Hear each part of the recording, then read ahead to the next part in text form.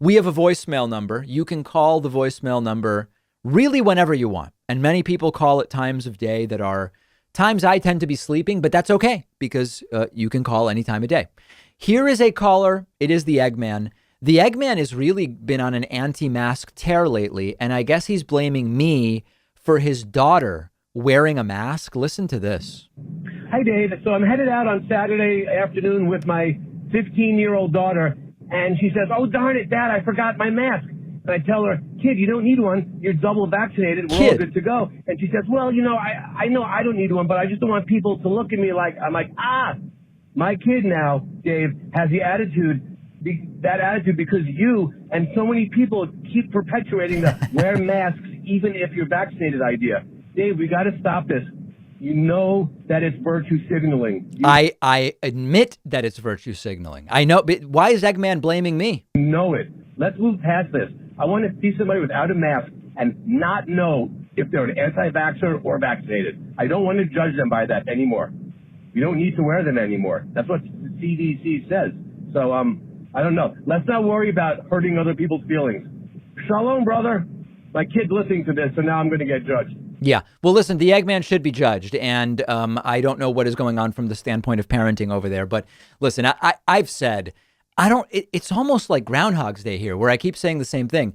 We've been following the CDC guidelines all along. And so why would we now all of a sudden stop following CDC guidelines? What I have admitted is merely for issues of I'm making a social decision where if I stick my head into a grocery store, as I did yesterday, and everybody's still wearing a mask, I just put the mask on partially because I get recognized at the grocery store all the time. And I don't think it would be a great thing for me professionally if I am photographed or seen as being the only unvaccinated people in the grocery store. So it's total virtue signaling. I agree with that. But I think what the Eggman's daughter has learned, and this is actually a great lesson, is that we can understand the science. We can understand the CDC guidelines. We can feel safe not wearing a mask if we are vaccinated. But for social reasons, we might say, here's something I'm going to do just to make it easier on me. Some people don't care if everybody's staring at them because they're the one person not wearing the mask.